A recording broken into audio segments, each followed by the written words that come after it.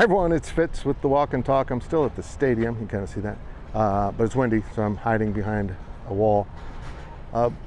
Interesting press conference we just had. Not too much information, but there was injury information, which if you've been following along K-State sports as long as I have, it's kind of awkward to hear a coach talk about injuries.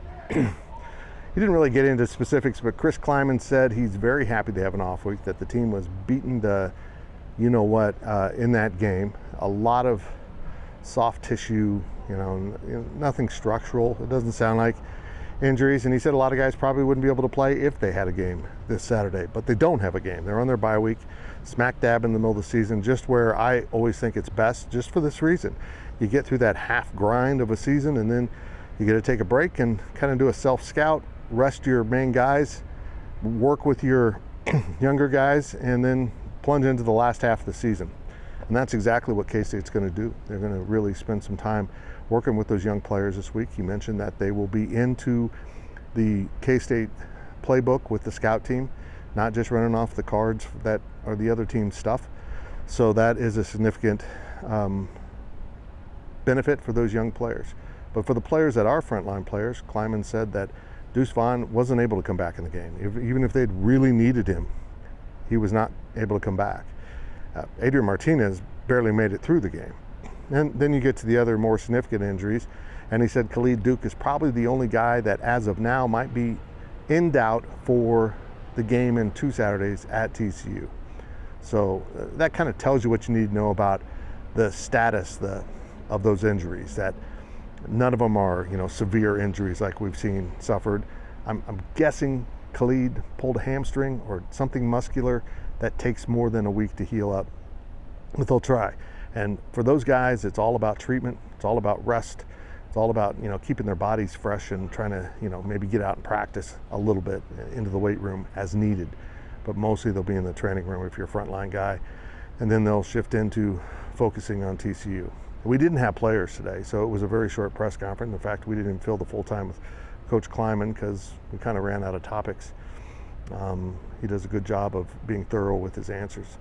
I like where this team's at, but you look at that schedule. We're going to find out in the next 2 games what this team is all about.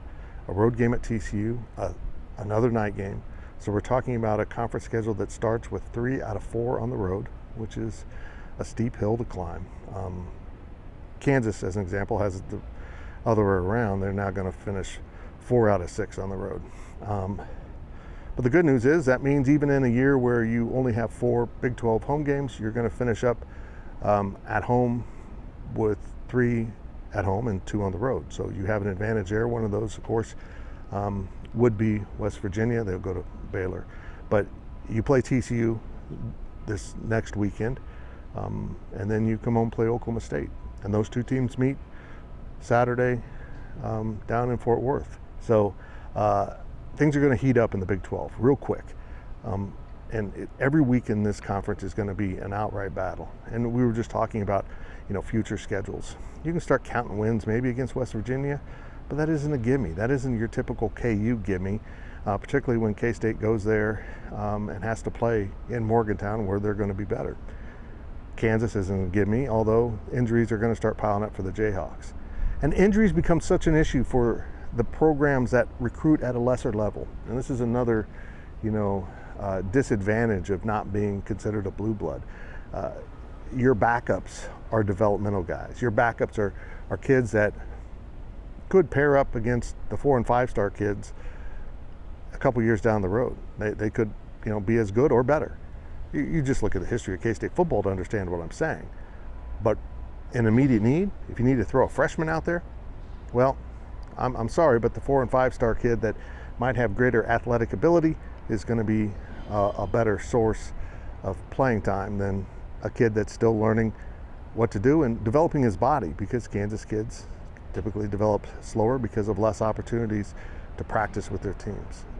It's a topic that I'm really interested in. I'm fascinated by how Kansas high school athletic rules kind of stunt the growth of these players, but in the end it kind of pays off. They're multi-sport guys, which I think is really important, and then they develop a little bit later and they turn into players that everyone said, wow, where did this Felix Anudike Uzama kid come from?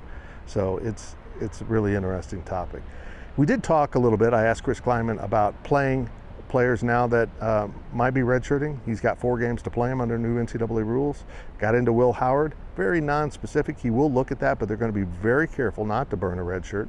And the number one goal with Will Howard, do not burn that red shirt. That tells me they won't even consider playing him maybe till the final 2 weeks of the season. And don't laugh at this, but if K-State's in any kind of playoff hunt, any kind of possible playoff hunt, they might even delay that a little bit more. If K-State's in the hunt for a Big 12 championship berth and a bowl game, well, you can play them in those 2 in the final 2. We'll see how it all plays out.